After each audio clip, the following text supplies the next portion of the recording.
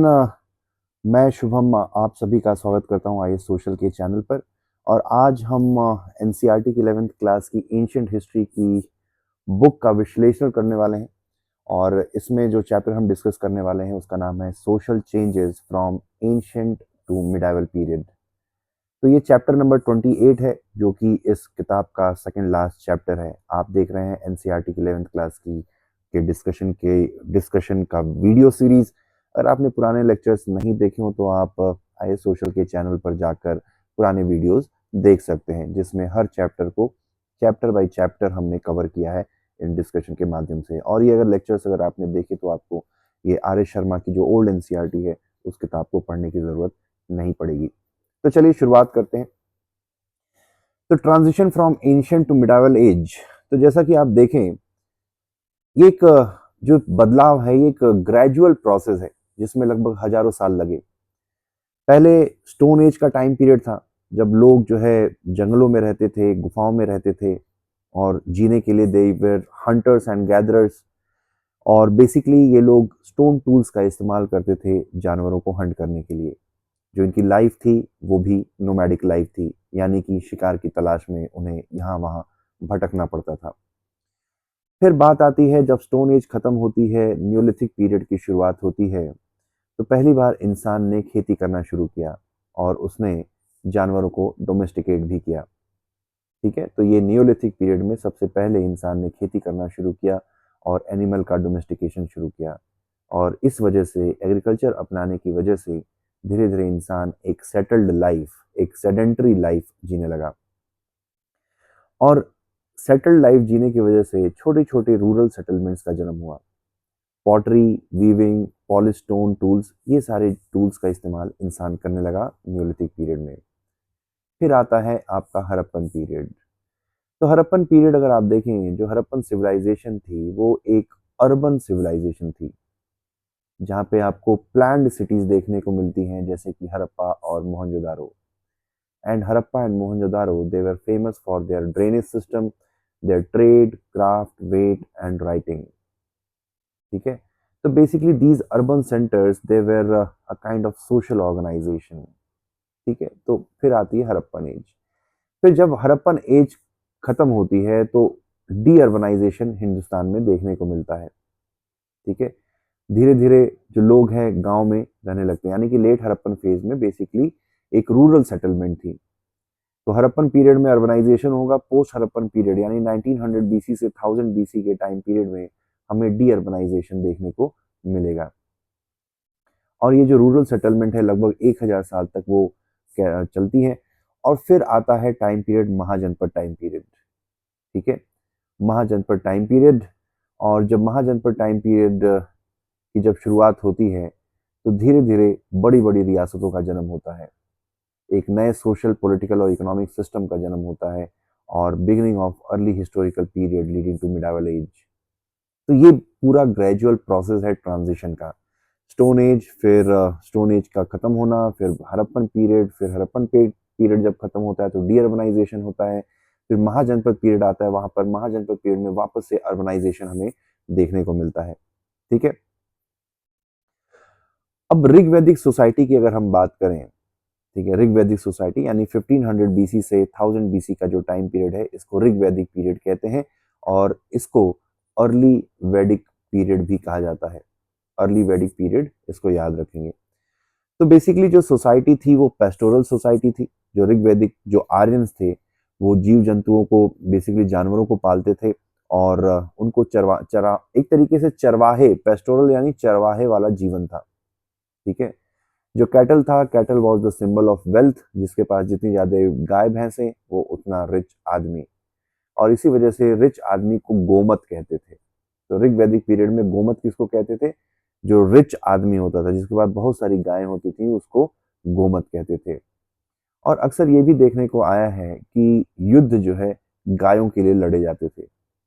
गायों को हथियाने के लिए या छीनने के लिए युद्ध लड़े जाते थे। ऐसे युद्ध को गविष्टि नाम से बुलाया जाता था। राजा की जो मेन ड्यूटी थी वो थी कैटल को प्रोटेक्ट करना, यानी कि cattle was the property, cattle was the wealth of the people. तो अपनी प्रजा की प्रॉपर्टी की रक्षा करना ही राजा का धर्म था, आज भी है। तो वही काम उस समय राजा भी करता था, लेकिन वहां पर क्या है, वेल्थ के नाम पर क्या है, गाय बकरी। तो गाय बकरियों की रक्षा चूंकि राजा करता था, इस वजह से राजा को गोपति या गोपा के नाम से भी बुलाया जाता था। ठीक है। अगर इकोनॉमी की बात करें तो एक सबसिस्टेंस इकोनॉमी थी। सबसिस्टेंस इकोनॉमी का मतलब है कि जनरली लोग सिर्फ अपने कंजम्पशन के लिए प्रोड्यूस करते थे, सरप्लस प्रोडक्शन नहीं होता था।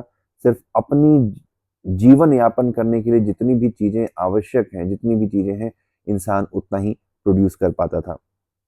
अगर आप देखें, मेन ऑक्यूपेशन था कैटल रेयरिंग, उसके साथ साथ एग्रीकल्चर को भी प्रैक्टिस किया जाता था, लेकिन छोटे सबसिस्टेंस लेवल पे।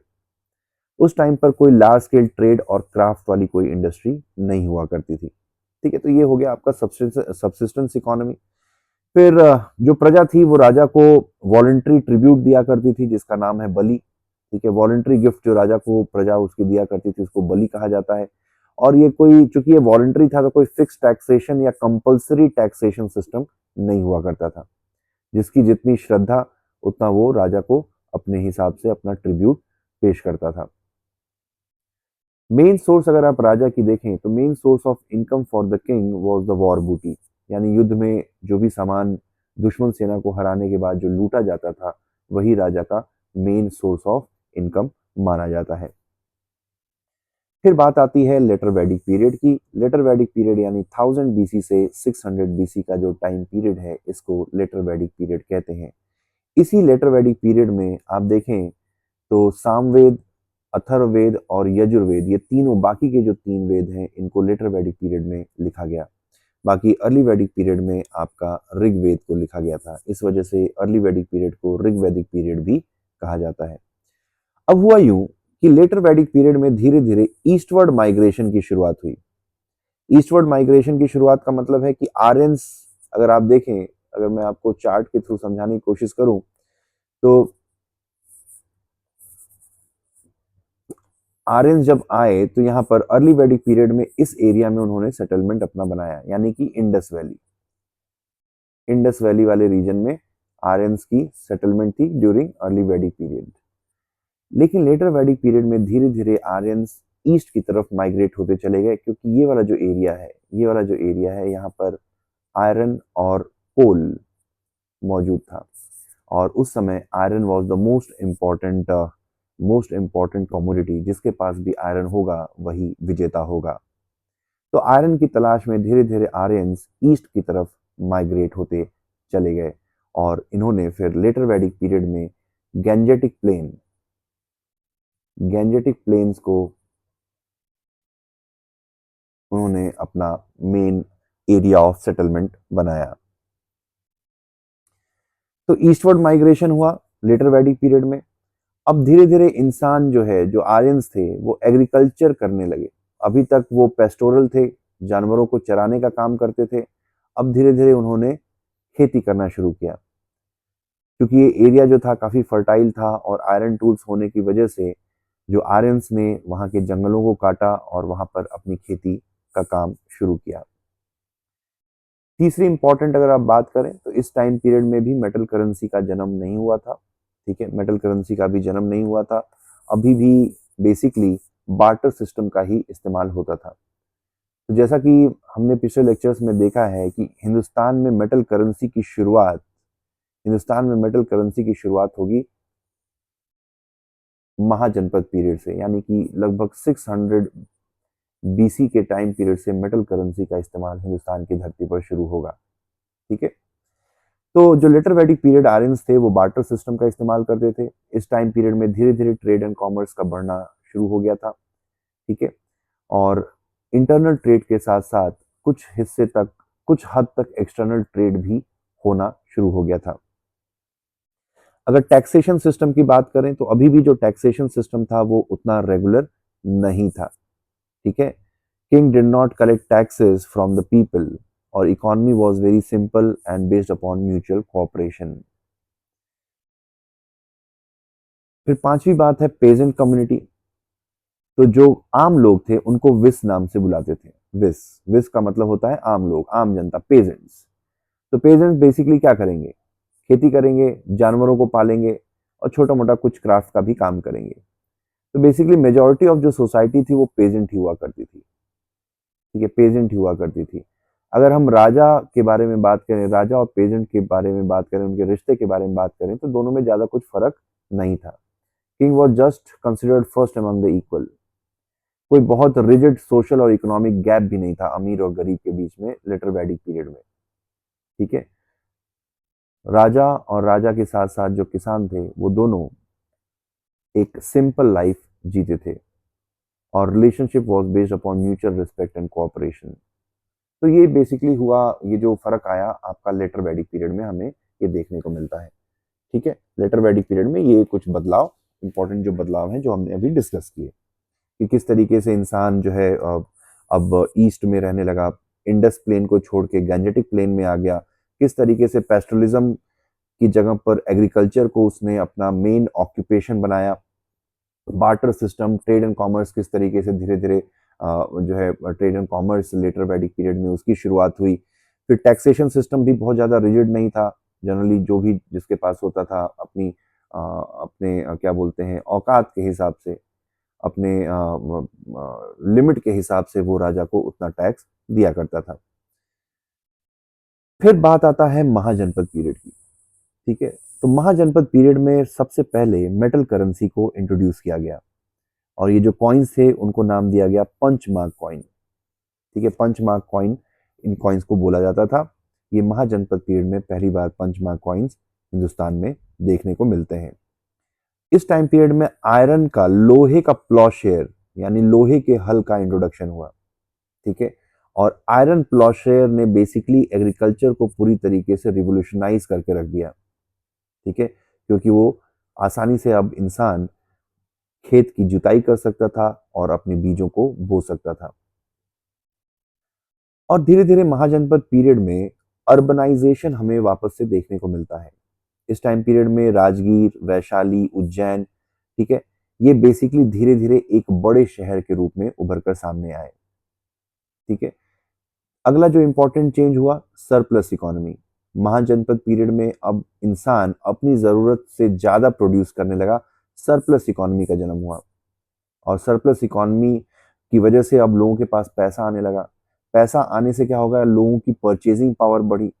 परचेजिंग पावर बढ़ने की वजह से ट्रेड और क्राफ्ट प्रोडक्शन को भी बूस्ट मिला, जिसकी वजह से अर्बनाइजेशन हुआ। फिर अगला जो इम्पैक्ट आता है, एडवांस एग्रीकल्चर। अब इंसान जो है लोहे के इस्तेमाल से, ठीक है, लोहे के इस्तेमाल से इंसान ने क्या किया, सबसे पहले तो जंगलों को काटा लोहे की आरियों से। फिर जंगलों को काटने के बाद उसने वहां पर खेती करना शुरू किया और लोहे के हल का इस्तेमाल करते हुए उसने उन खेतों की जुताई करी और बीज बोए और फसलों को काटा। फिर अगर हम स्लेव्स की बात करें तो बेसिकली वैदिक टाइम में स्लेव्स को दास कहा जाता था। जनरली ये लोग डोमेस्टिक काम किया करते थे, लेकिन लेटर महाजनपद पीरियड आते आते अब ये जो स्लेव्स थे ये फार्म और फील्ड्स में काम करने लगे, ठीक है। तो वैदिक टाइम में स्लेव जनरली घर का काम, घरेलू काम करते थे और फिर महाजनपद पीरियड आते आते अब स्लेव्स को खेती के काम में भी लगाया जाने लगा। अगर हम सोशल स्ट्रक्चर की बात करें तो सोशल स्ट्रक्चर में तीन वर्ण, जो ऊपर के जो तीन वर्ण हैं उनको द्विज कहा जाता था। द्विज यानी कि ट्वाइस बॉर्न, और only dvija was allowed to study Vedas, ठीक है। तो ब्राह्मण, क्षत्रिय और वैश्य इनको वेद पढ़ना अलाउड था। लेकिन अगर आप देखें तो शूद्र वेर नॉट कंसिडर्ड द्विज, और जो द्विज होता है वही जनेऊ पहन सकता है, सेक्रेड थ्रेड पहन सकता है। और since Shudras were not considered dvija, तो Shudras were not allowed to study Vedas, तो शूद्र को वेद पढ़ने की इजाजत नहीं थी। इसी टाइम पीरियड में हमने एक चीज और देखी कि there was a contempt for manual labour, ठीक है। जो भी कम्युनिटी मैनुअल लेबर करती थी, जैसे सफाई का काम हो गया, लेदर का काम हो गया या कुछ और कोई काम करता था, उसको इम्प्योर और लो कैटेगरी का माना जाता था। तो एक तरीके से सोशल परसेप्शन बन गया कि कोई भी अगर मजदूरी का काम कर रहा है, मैनुअल लेबर का काम कर रहा है, तो वो निचली जात का है, वो इम्प्योर है, ठीक है। और सरप्लस इकोनॉमी से एक और बदलाव हुआ कि अभी तक जो बराबर, जो इगैलिटेरियन सोसाइटी थी, जहाँ पे समाज में बराबरी थी, धीरे धीरे अब उसमें क्लास बेस्ड डिवीजन होने लगा, यानी अमीर और गरीब के बीच का जो डिफरेंस है वो अब बड़ा होने लगा। ठीक है, तो महाजनपद पीरियड में हमें एक class based society, basically economic class based society का जो डिफरेंशिएशन देखने को मिलता है। फिर अगला फैक्टर है इकोनॉमिक डिस्क्रिमिनेशन एंड हायरार्की। तो अगर आप देखें तो इंटरेस्ट रेट थे, मतलब कि जो वर्ण सिस्टम था वो इतना ज्यादा परवेजिव था कि अलग अलग वर्ण के लोगों के लिए अलग अलग रेट ऑफ इंटरेस्ट था। Higher the varna lower the interest rate. ठीक है, हायर द वर्णा जैसे कि ब्राह्मण और क्षत्रिय जो थे ये लो इंटरेस्ट रेट पे करते थे, वहीं पर जो वैश्य थे वो हाई इंटरेस्ट रेट पे किया करते थे। तो इस तरीके से बेसिकली नो सोशल हायरार्की का इस्तेमाल करते हुए नीचे के वर्णों का इकोनॉमिक एक्सप्लॉयटेशन महाजनपद पीरियड में काफी होने लगा था। ठीक है, फिर पॉलिटिकल और सोशल अलायंसेस की बात करें तो इस टाइम पीरियड में हमें ब्राह्मण और क्षत्रिय के बीच में अलायंस देखने को मिलता है। इन्होंने एक दूसरे के साथ हाथ मिलाया ताकि वैश्य और शूद्र को वो लोग एक्सप्लॉयट कर सकें। ब्राह्मण के पास रिलीजियस अथॉरिटी थी, वहीं पर क्षत्रिय के पास पॉलिटिकल पावर थी, तो उन्होंने ये एक अलायंस बनाया फॉर म्यूचुअल बेनिफिट। और इस अलायंस से बेसिकली उन्होंने वैश्य जो कि बेसिकली बिजनेस कम्युनिटी थी और शूद्र यानी कि जो कि लेबरर्स थे उनको नीचे दबाकर रखा सोशल और पॉलिटिकल स्टेटस में। ठीक है, तो ये एक है ना कि जरूरत के हिसाब से इन्होंने एक साथ हाथ मिलाया। ब्राह्मण के पास रिलीजियस पावर थी, नॉलेज की पावर थी, और क्षत्रिय के पास बाहुबल था। ब्राह्मण के पास ज्ञान बल था, क्षत्रिय के पास बाहुबल था, तो इन लोगों ने हाथ मिलाया ताकि वैश्य और शूद्र को अपने फायदे के लिए वो इस्तेमाल कर सकें। फिर पोस्ट महाजनपद पीरियड का टाइम आता है जो 100 से 300 पोस्ट महाजनपद पीरियड आप मान सकते हैं लगभग 100 बीसी 300 बीसी मान लेते हैं। थोड़ा सा इसमें जो डेट है वो ऊपर नीचे लिखी हुई है। पोस्ट महाजनपद जो पीरियड है that will be somewhere around 200 BC से लेकर 300 एडी मान लीजिए। तो ये पोस्ट महाजनपद पीरियड मान सकते हैं एक तरीके से, जिसको पोस्ट मॉडर्न पीरियड भी कहा जाता है। तो ये जो टाइम पीरियड है, अगर आप इस टाइम पीरियड में देखें तो इस टाइम पीरियड में बेसिकली शूद्र और वैश्य शूद्र और वैश्य को पता चल गया कि भाई उनको काफी ज्यादा इकोनॉमिकली एक्सप्लॉइट किया जा रहा है। इस वजह से उन्होंने रिटेलिएट करना शुरू किया and now they stopped performing duties which was assigned to them by the law books. तो जो धर्मशास्त्र थे उसमें जो हर वर्ण के लिए जो ड्यूटी असाइन की गई है उसको ये लोग अब धीरे धीरे रिजेक्ट करने लगे। वैश्यों ने टैक्स पे करना बंद कर दिया, शूद्र ने मैनुअल लेबर करना धीरे धीरे कम कर दिया। अब इस रिटेलिएशन, इस म्यूटिनी, इस रिवॉल्ट को कंट्रोल करने के लिए सिस्टम ऑफ लैंड ग्रांट को डिवाइस किया गया। ठीक है, सिस्टम ऑफ लैंड ग्रांट्स, क्योंकि लोग अब काम नहीं कर रहे तो हुआ क्या कि बेसिकली लैंड ग्रांट्स दी जाने लगी कि भाई अब मैं राजा हूं, मैं क्यों सिरदर्दी पालूं। तो राजा क्या करता था, ब्राह्मण को किसी एरिया का लैंडलॉर्ड बना देता था, और इससे फायदा ये हुआ कि ब्राह्मण कई बार धर्म का, पाप पुण्य, इन सब चीजों का डरा धमका के अब वैश्यों से और शूद्रों से अपने लिए काम कराने लगे। ठीक है, तो basically practice of land grants help the state to extend its control over new areas and ensure loyalty of the Brahmans and military chief. ठीक है, तो ये कुछ इंपॉर्टेंट चेंजेस हुए पोस्ट महाजनपद पीरियड में। कि पोस्ट महाजनपद पीरियड में लैंड ग्रांट्स का जो सिस्टम है वो इसलिए लाया गया था क्योंकि ब्राह्मण के लिए ज्यादा आसान था लोगों से अपने लिए काम कराना, क्योंकि ब्राह्मण लोगों को डरा सकता था कि भाई ये नहीं करोगे तो नरक में जगह मिलेगी।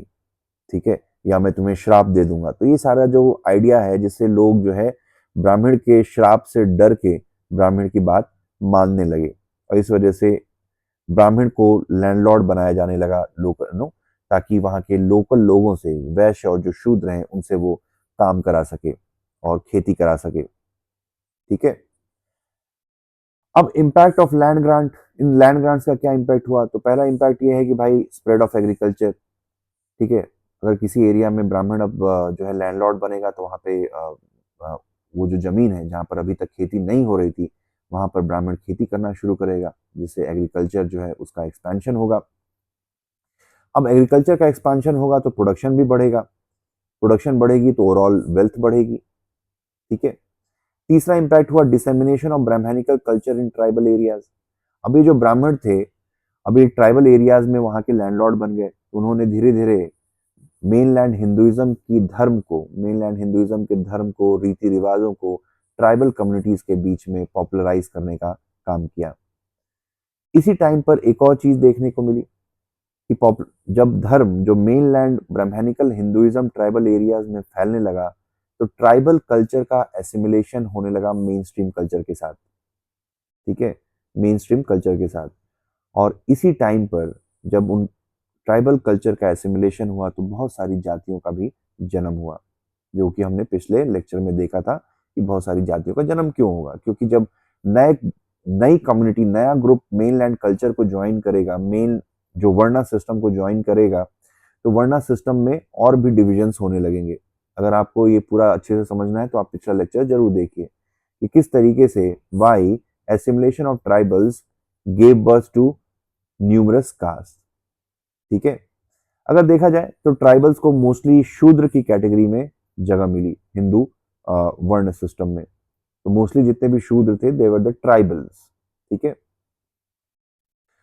और पोस्ट महाजनपद पीरियड में हमें एक और चीज देखने को मिलती है कि नाउ अब Shudras they started undertaking agriculture. ठीक है। तो अभी तक जो शूद्र थे वो खेती का काम नहीं करते थे, लेकिन पोस्ट महाजनपद पीरियड में हमें शूद्र एग्रीकल्चर का काम जनरली जो है शूद्र करने लगे। ठीक है। तो ये ट्रांजिशन, ये जो प्रैक्टिस ऑफ लैंड ग्रांट है, इसको हमने डिटेल में पिछले लेक्चर में डिस्कस किया है, उसको आप वहां से जाकर देख सकते हैं कि प्रैक्टिस ऑफ लैंड ग्रांट ने किस तरीके से समाज का जो डायरेक्शन है उसको बदला, इंडिया की इकोनॉमी को कैसे बदला, सोसाइटल कंसेप्ट को कैसे बदला, पॉलिटिकल स्ट्रक्चर को किस तरीके से इम्पैक्ट किया, वो आप पिछले लेक्चर से देख सकते हैं। तो ये था चैप्टर नंबर 28। अगर आपको लेक्चर पसंद आया तो do subscribe to this channel, share and like it. Thank you, thanks for watching, have a nice day, all the best.